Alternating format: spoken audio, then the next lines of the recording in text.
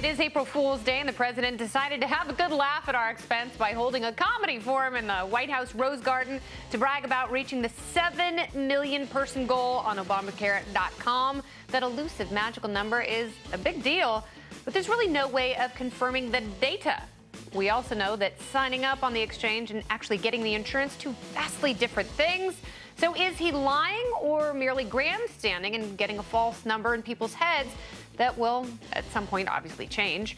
Presidential defenders will use today's number as evidence of the healthcare law's success, but is it enough to prevent a bloodbath in November? To hear him tell it, people love Obamacare. The debate is over. The science is settled, but it still sucks. He never promised you a rose garden, but he did say you could keep your doctor. April Fools. It's the Independents.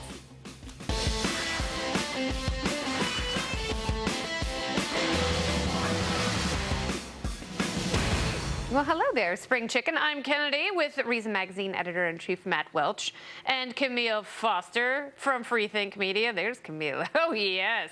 Together, we are the Independents, and we have much to get to tonight. So let's bring on our party panel so we can be decisive and informative. It's everyone's favorite Girl Scout, Gavin McGinnis. He's a survivor and a TachyMag.com contributor. And making his debut on our luscious stage, it's comic Brian Sack, who is also, he can be seen, heard, and felt on CarlosDanger.com. You got the domain. Got it 2 seconds after the news came out. Thank you. You really have to. That is excellent foresight. All right, well, let's take a look at the president's healthcare victory lap from today's ceremony. 7.1 million Americans have now signed up for private insurance plans through these marketplaces. But is he lying? 4 years ago today, the president planted the seeds of discontent by saying this. Under the reforms we seek, if you like your doctor, you can keep your doctor. If you like your health care plan, you can keep your health care plan. Matt and the folks, that was just a cough, okay? Matt and the folks at Reason Magazine have compiled a list of lies perpetrated by this administration. So is he lying? Is this a lying lie? We don't know. We do know that he has an absolute track record since before the law was passed in the first place of lying his face off about this law, which should give us some reason to be skeptical of whatever new claims that he's making. We came up with a list of 5 in addition to that, which was called PolitiFact's Lie of the Year in 2013. You can keep your doctor. And that will never change is the other part of that quote. But this includes, more or less in chronological order, that the law being passed was a victory of the people over special interests. That's almost exactly false. It was a victory of all of the healthcare industry special interests over the will of the people when this was passed. It will reduce premiums by as much as $2,500 per family. This was said about 20 different times. We have since learned that since 2010, they've increased premiums by about $2,500 per family. So it's opposite day. It's kind of opposite day. There's a great headline here. Objective analysis shows reform will help small business lower premiums for American families. That was a headline on whitehouse.gov in November of 2009. Objective analysis. We've found that the opposite is in fact true. We have... Oh, boy. You all right? Okay. Yeah, I just can't believe you're blaspheming Obama like that. Gavin is really emotional about this, Matt. Yeah, so sorry, man. 7 million people. That's nothing to you? I didn't realize That's that. the population of part of Canada. You have one from September 26 last year. 5 days from now, we will have millions of people signed up, and you ask yourself, okay, that's not really a lie. He didn't really understand that the website wouldn't work on October 1st. But as of September 26, they had never tested the website even once. Wow. And he was saying that this was going to happen. And my favorite fact, nothing in Obamacare, hashtag Obamacare, forces people out of their health plans. That was hashtag act on jobs. Hashtag Valerie Jarrett. That was from October when, in fact, it has, of course, forced people out of jobs. They have been mendacious from the beginning on this, so we should take all of this with a grain of salt. Wow, Matt is, he's fiery. Yeah. He's got facts and He's quotes. Furious. This is the strangest and most peculiar of victory laps, isn't it? I mean, 7.1 million people signed up. Well, yeah, you had a multi-million-dollar ad campaign. Celebrities were in this ad campaign. You had subsidized plans, some of which you were giving away for free because you expanded Medicaid. People signed up. There are still tens of millions of people without insurance. But as I've warned about in the past, coverage is not really the issue. It's about the cost and quality of care. This law has done absolutely nothing to genuinely mitigate the ever-increasing costs of healthcare in this country. It's totally screwed up because there is no market, and the quality of care is still a severe problem. There are hundreds of thousands of people who die from preventable medical conditions that are created because of all of the horrible dysfunction and bureaucracy in the system. He's done nothing to fix that. This is absurd and kind of infuriating. I'm sorry. Take it a little personal. Gavin, you okay now? I actually gave myself the Ebola virus just to test the limits of Obamacare. Very how bad good. The system is. So this may be my last night on the show on Earth, on this great show we call life. That would be a huge loss. Thank you. I'm actually dressed like the guy from DOA who died yesterday. So because he didn't have proper insurance. He did not have proper American health care, even though he's Canadian. What I want to know is, why is 7.1 million such a great number? There's, what, 40 million who have unacceptable coverage, another 30 who aren't covered at all. There's almost 80 million, or about 80 million, who don't have good health care. And he's saying, I will cover 1/10 of that. And now he's impressed that he went 0.1 over his ridiculous metric that is pathetic. We're over 1/10. Yeah.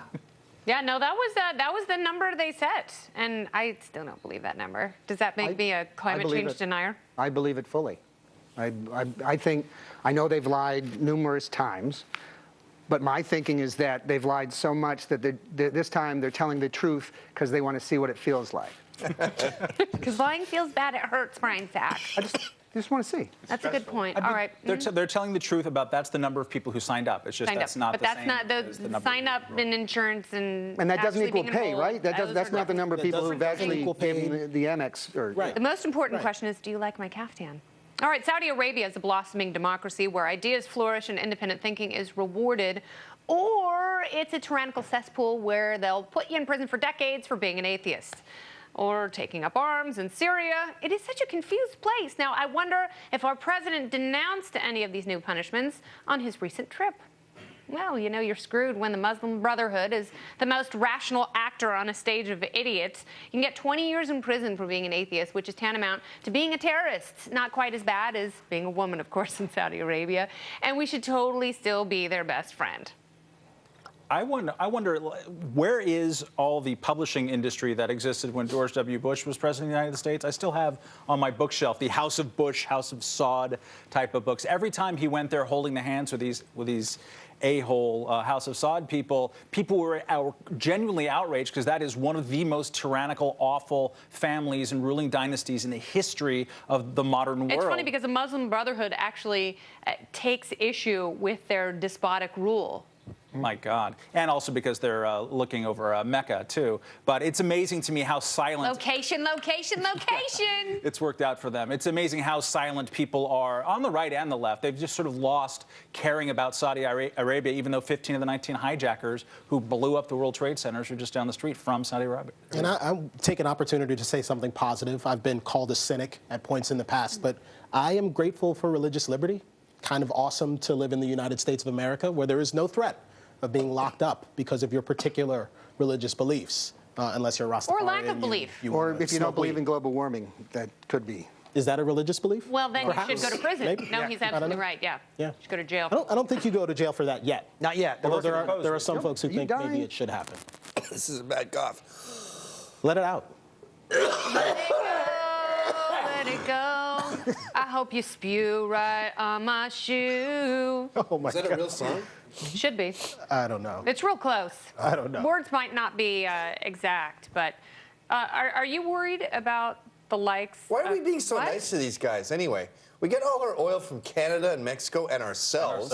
Yeah. Let's do some fracking, get the Keystone in, and stop being so nice to these troglodytes. They do kill a lot of terrorists for us. I mean, they do kind of monitor, I mean... They kill the terrorists that they create for us? Pretty much, yeah. They're a terrorism factor. Again, a confused place. Yeah. A very confused place. Like, no one can decide who they're enemies with. Right. We're supposed to hate the Muslim Brotherhood, but right now they're like, But what's the threat of atheist terrorism? Is that something we need to be concerned about? I think Timothy McVeigh was an atheist, wasn't he? He may have been. I forget. Yeah. Atheists have certainly done bad things in the past, Well, but not all atheists are terrorists. They are I'll defend incredibly If you listen annoying. to Penn Jillette, he will tell you that the prison population of atheists, very low. Is that right? That's what Penn says. If Penn Yeah, says they're it, annoying. Well, population. he So is is the mightier Fox than News. the sword. Population of atheists, too. I hear that's. I've heard that. Yeah. Not sure if that's true. We should do a survey. Speaking of Foxhole, we have to put your spring reading list together, and we're going to do just that, starting with a new Libertarian manifesto. Don't hurt people, and certainly don't molest yourself. We'll get to the author of one of the finest books in the world next on The Independents. You were clever when you lit the news. Took out a house of colors in your brand new shoes. The bust of revolutionary sympathy. Then went to bed with a charming thing.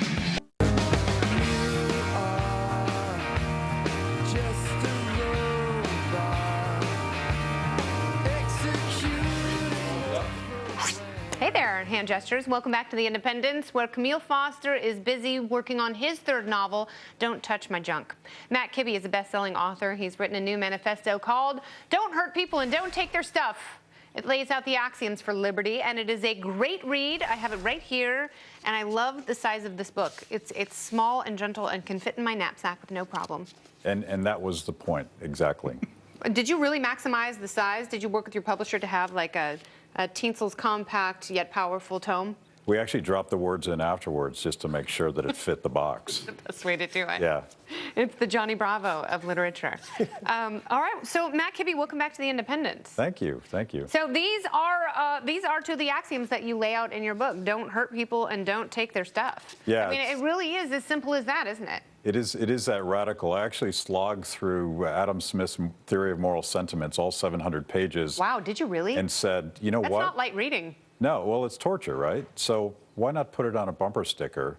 And I think libertarians love to confuse people with big words like non-aggression principle, when in fact all we're saying is don't hurt people and don't take their stuff. Yeah.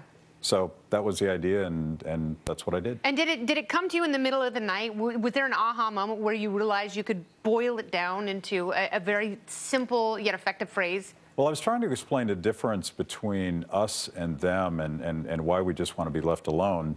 And it did sort of come down to that. But, you know, don't hurt people is not something that I originated. There's a history here, right? Thou shalt not kill, radical stuff like that. And when it comes to taking people's stuff, I think we all get that we shouldn't steal from our neighbor, we shouldn't steal from our neighbor's bank, we probably shouldn't even steal our neighbor's identity online. But why do we outsource stealing to a third party if he's a politician or a bureaucrat and feel really good about taking from someone we don't know to give to someone else we don't know? I think there's some confusion about that today. That's the debate we're having. Yeah. Matt, you're the head of Freedom Works, which is known as an organization that works for the Tea Party, gets involved in Republican politics. Probably most people know you as sort of a Tea Party Republican as a shorthand, and yet I note your subhead here is a Libertarian Manifesto. Is the word libertarian suddenly more interesting in Republican circles? It is. It's more interesting to the Tea Party. It's more interesting to everybody. And I think, 5-10 years ago, when there was about a dozen of us geeking out over Ludwig von Mises, nobody knew what the word. Pieces. Oh, he's so fabulous. But nobody knew what that meant. Today, people get the word. They understand that it means something other than just Republican, just Democrat. It's an opportunity and a burden for libertarians to actually explain what it is we believe and not scare people away. Libertarians love to chase everybody else out of the room. I'm actually trying to bring people into the room. Including Democratic people? I mean, we've had people on the show, people like Jared Polis, who are Beto O'Rourke. They're a lot more interesting than a hell of a lot of Republicans I could name. Oh, yeah, and I think there's a lot of buyer's remorse with both partisan identifications today. You guys might resemble that comment. But when Rand Paul gets a standing ovation, the crowd goes nuts at Berkeley. Yeah. Something different is going on, and I think we should be bold about explaining what our values are and why they connect with Republicans, Democrats, and independents. I mean, I also like in the book that, and I don't think people make this case often enough about personal responsibility. You know, we're always talking about our rights and what we are owed and what protection we require and deserve. Yeah. But, you know, responsibility is a really big part of it, isn't it? Yeah. Yeah, I think freedom's a burden, right? It's a responsibility when you look in the mirror every morning and say, what did I do? I was debating Chris Matthews once with Karl Rove. It was 2 against 1. They were not on my side. and Chris Matthews loves to do this. The president has done it, said, I know you. You're one of those Ayn Rand guys, meaning that you just care about yourself. You'd step over your grandmother to get what you wanted. What they don't understand is that community and communities and community action is all about individual voluntary association. You can't have communities without individual responsibility, and you can't outsource it to a third party and say, hey, I really care about my community, so let's get the government to solve that problem. Yeah, then someone else can do it. Yeah. Exactly. Matt, it makes perfect sense. I think people should read it. Again, a nice spring read. Thank you. Don't hurt people and don't take their stuff. I'm glad you took the time. Thanks for having me. Matt Kibbe, best-selling author. All right, well, Paul Ryan's got baby blue eyes and abs harder than steel. But has he put the same kind of work into his new budget? We will discuss the possibilities and the bloat next.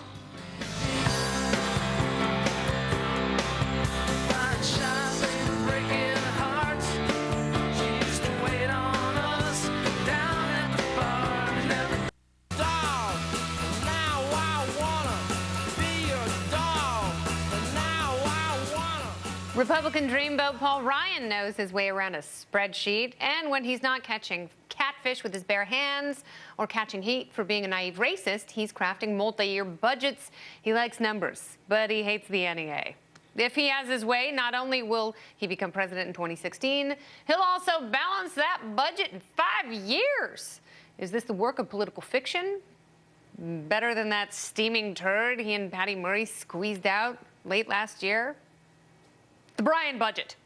It's 10 years, not 5 years. Is it 10? Rand Paul came out with a budget. Rand has 5 years. Paul has which is a big upgrade for Paul Ryan, because before he was talking about balancing the budget like in 50 750 years.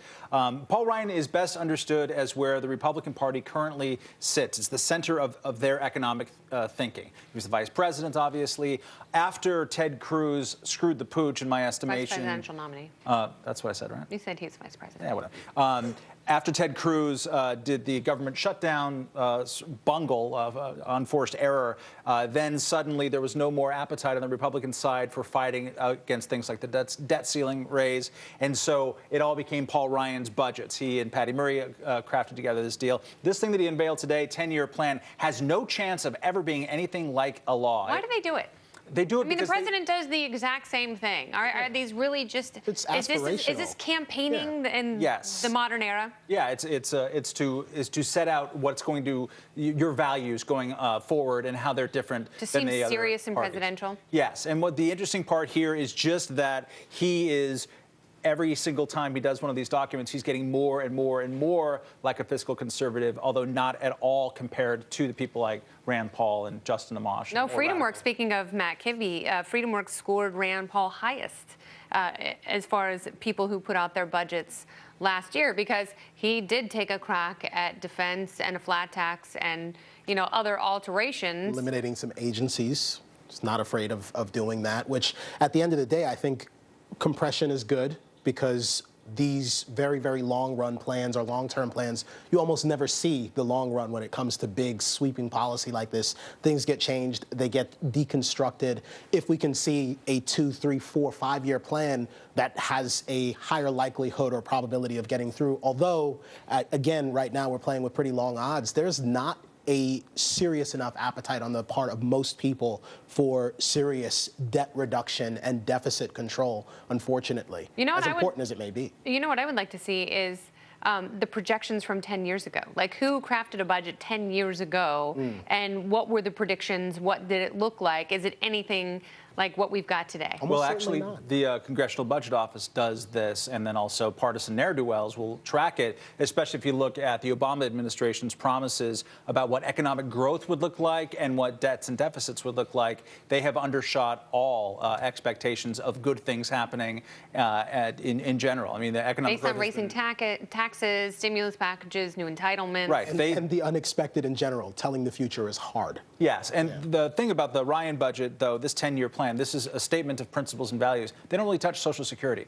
So is the other party, the opposing party, going to treat Social Security as a problem, as an entitlement time bomb coming down on people's heads or not? This doesn't appear that they are treating it that way. I think that's a big kind of that, and the military, I mean, if you which read he's the New York restoring the Times, sequester cuts. as the New York Times parsed the budget, they said that, you know, it went way too far cutting Medicare as well as food stamps. Sure. I mean, have to cut those things. Like, you're going to have to curtail entitlements if you're going to do something about debt. And this is the problem for conservatives. They don't have any credibility because they're unwilling to actually trim the defense budget, despite the fact that we know that we've had a congressional review which suggested that at least 20 to 30% of the payments that have been made to contractors have been wasted money. That is a big deal. That's a lot of money. And the biggest run-up in government spending in our modern lifetime happened under George W. Bush with Republican control, getting votes from people like Paul Ryan, so they don't have a lot of credibility. That's right. They don't. That's why the show exists, frankly. Seriously, if you're sick of both parties, if they do this sort of preening and overt campaigning and strategy and it's making you sick to your stomach, that is why the Independents is here. And this Friday, we're going to be taking a look at out-of-control government spending that all the noodling in Wisconsin won't fix. Where's the pork? It's the name of our Friday show. It airs at 9 p.m. on The Independents, only on Fox Business. All right, beer bubbles, courtesy of Helium, and renting out your desk for $20 an hour. Let us wade into the topical storm next.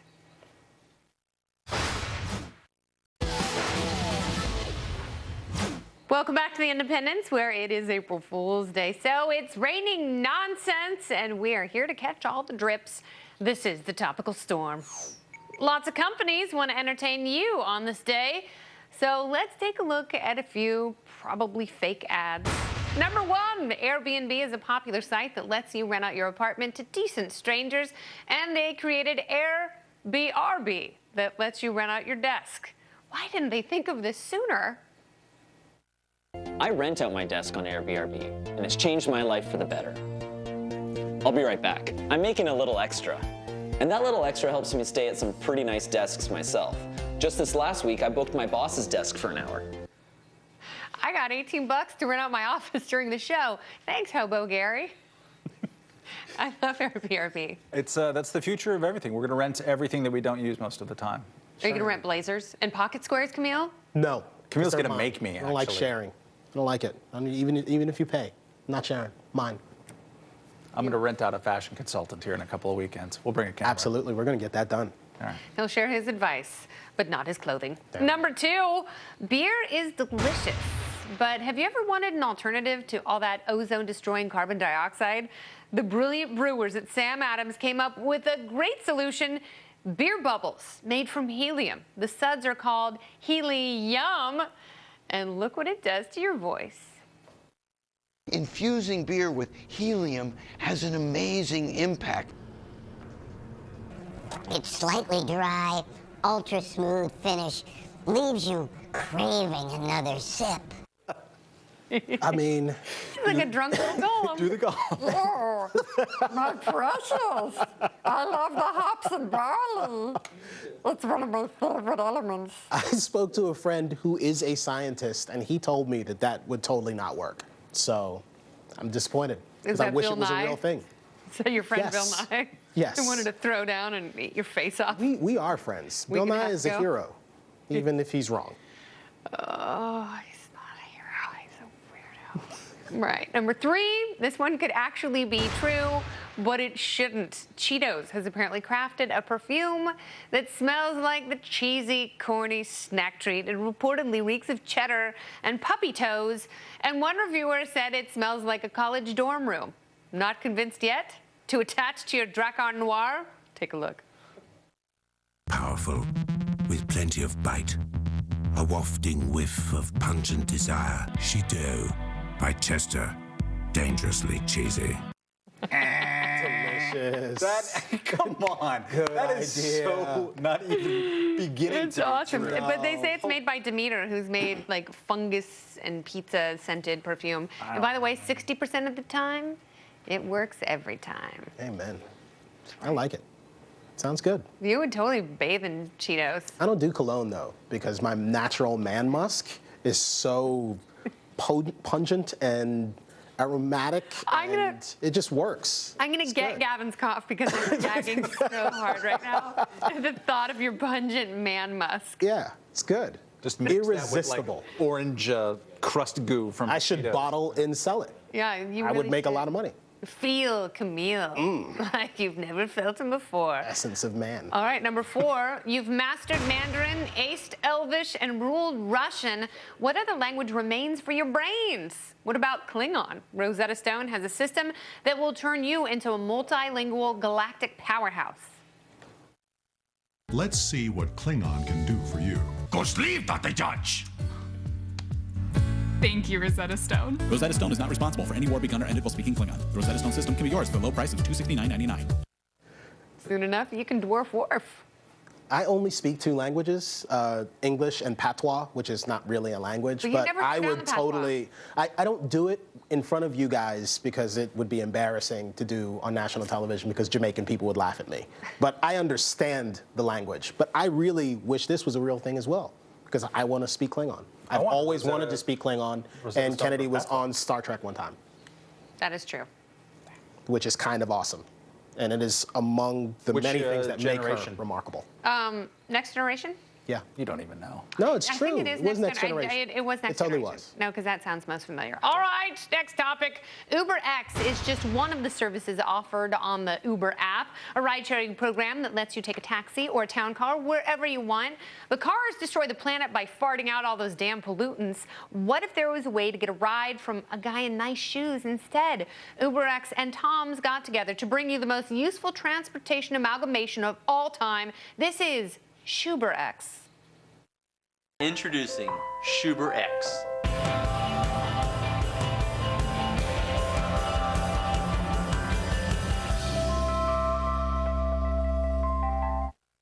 It's part of the Uber app. Should be a real That's so thing. awesome. You can run with friends. Yeah. This is great. I'll hold up the right side of the cardboard. Shotgun. All right, finally, we have a fake commercial from our government.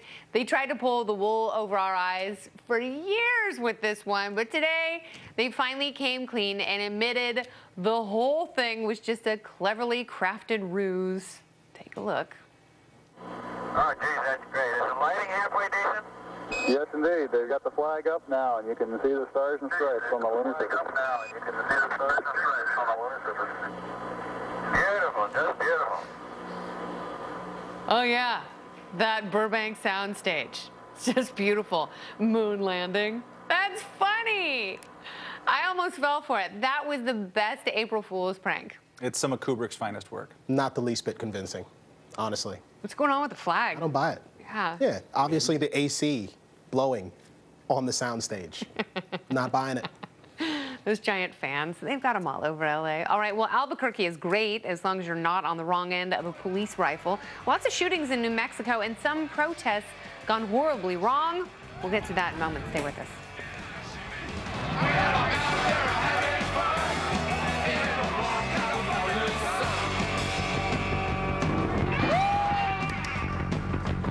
Oh, well, the girls are frisky and Frisco. Welcome back to the Independents. There have been some wild protests in Albuquerque, New Mexico lately over police-involved shootings. This is the YouTube video that set off the first protest, and I have to warn you, it is graphic. A homeless man who was apparently armed with knives turned away from cops right before they opened fire.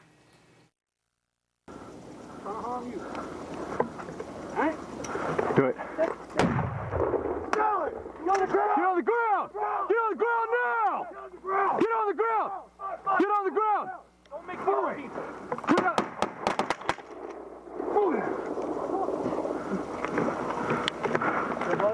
Moving up! I can't watch that. All right, Albuquerqueans were outraged, and at the first protest, another man was shot and killed. The 23rd fatal police shooting in 4 years. So what the hell is going on there? An AP reporter was covering all the events. Russell Contreras was at the protest. Russell, welcome to the Independents. Oh, thank you. I wish I had brought my Cheeto perfume at that protest when they were gassed me. When they sent out the tear gas. It would have been perfect. But thanks for introducing to my stuff. So tell me about the protests. Are a lot of people in Albuquerque really upset about all these police-involved shootings? And when did it get so out of control? Well, this has been going on for at least 4 years. Since 2010, we've had 37 police shootings. This has happened over a course of 4 years, and at the time that police are going through massive reforms. Right now, we have a new police chief. He's just started about a month ago.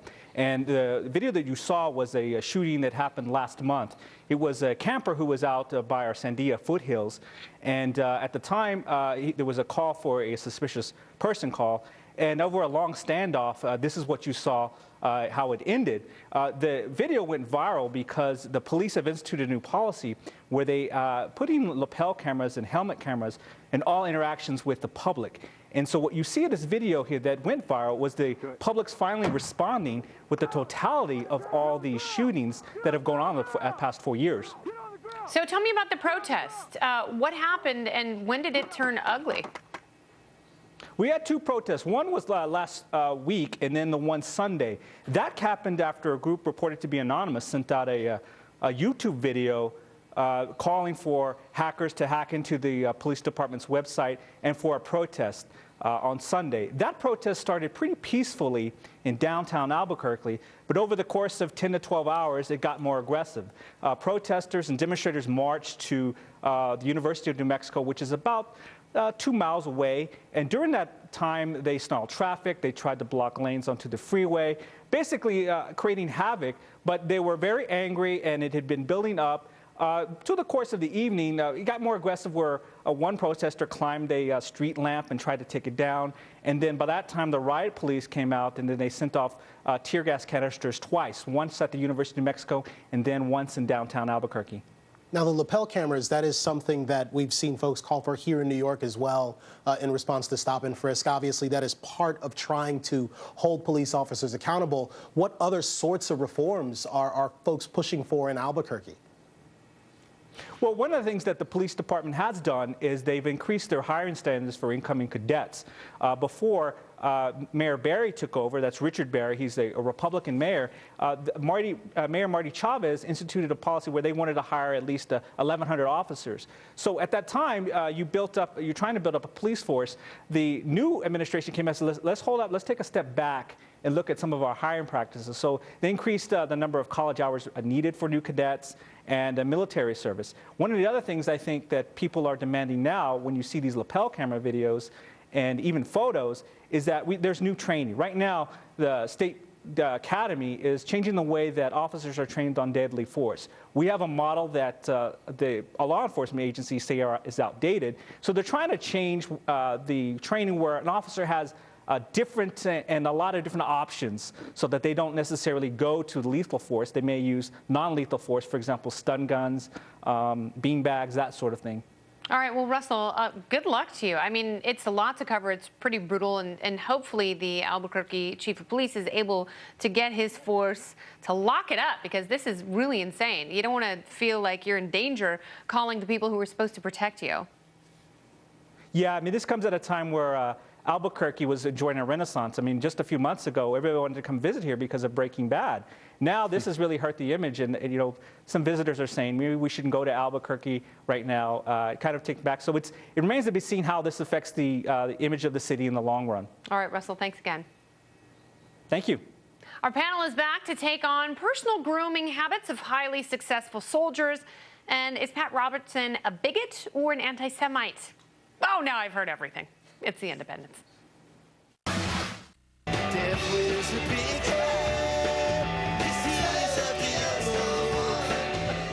Welcome back to the Independents, where we determine the line between racist and crazy every single night. Our panel is back, Gavin and Brian.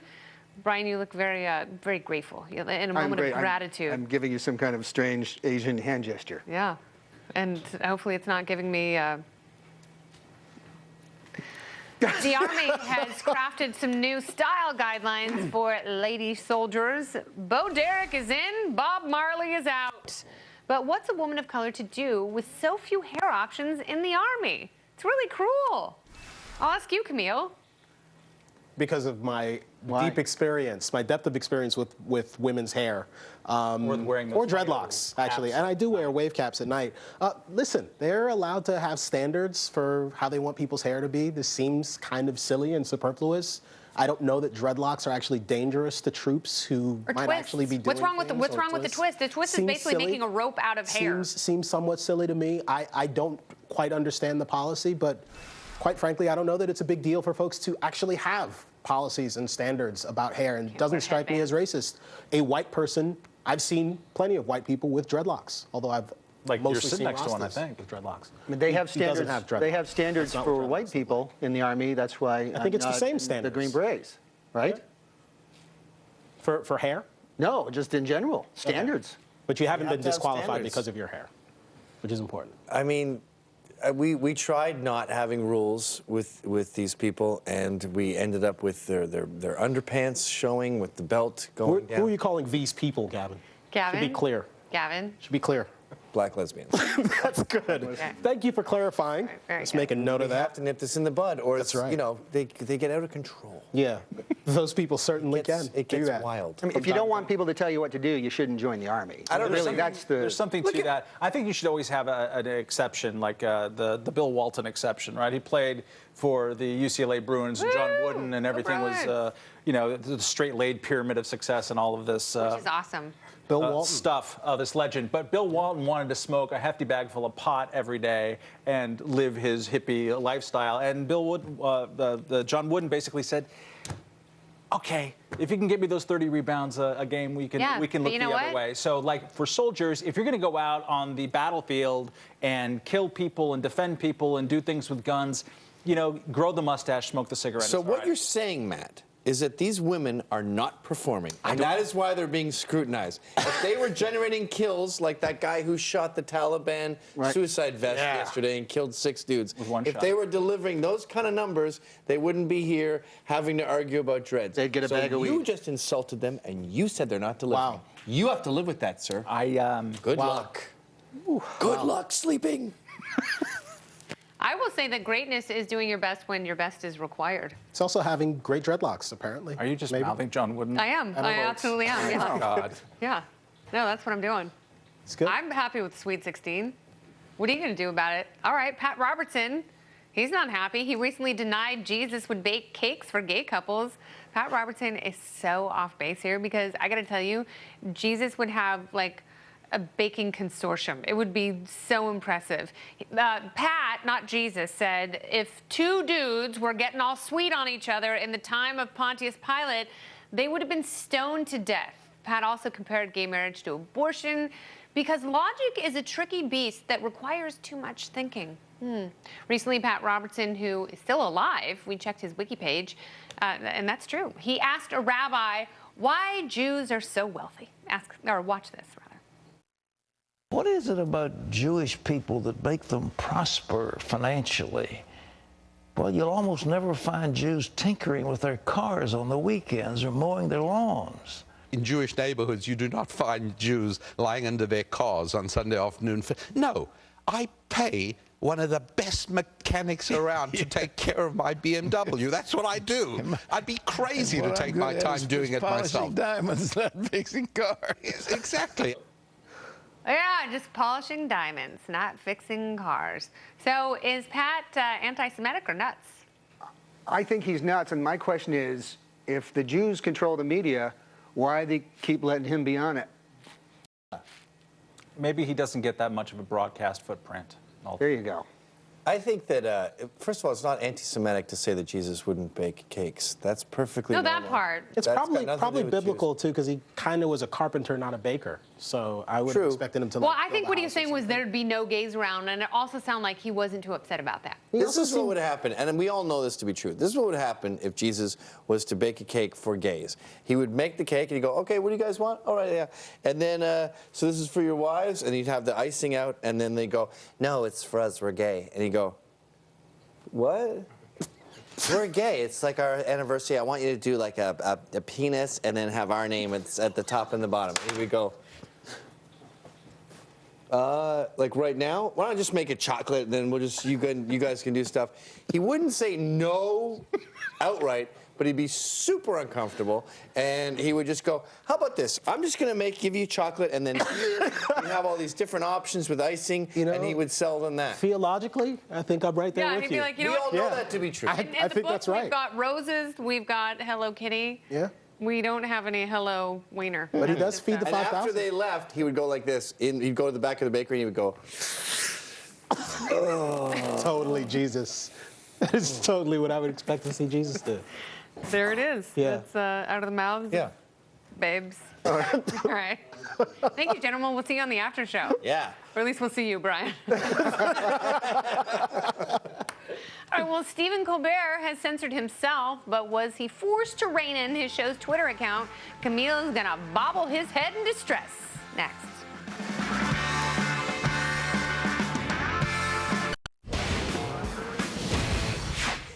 Stephen Colbert, I love the bobblehead.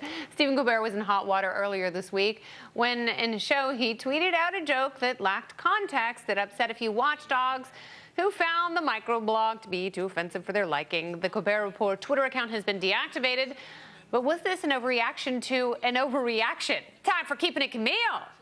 Yes, Keeping It Camille. Can we throw to this clip really quickly? I know we're short on time. Internet equality is more important than ever, as I learned this weekend when the interwebs tried to swallow me whole.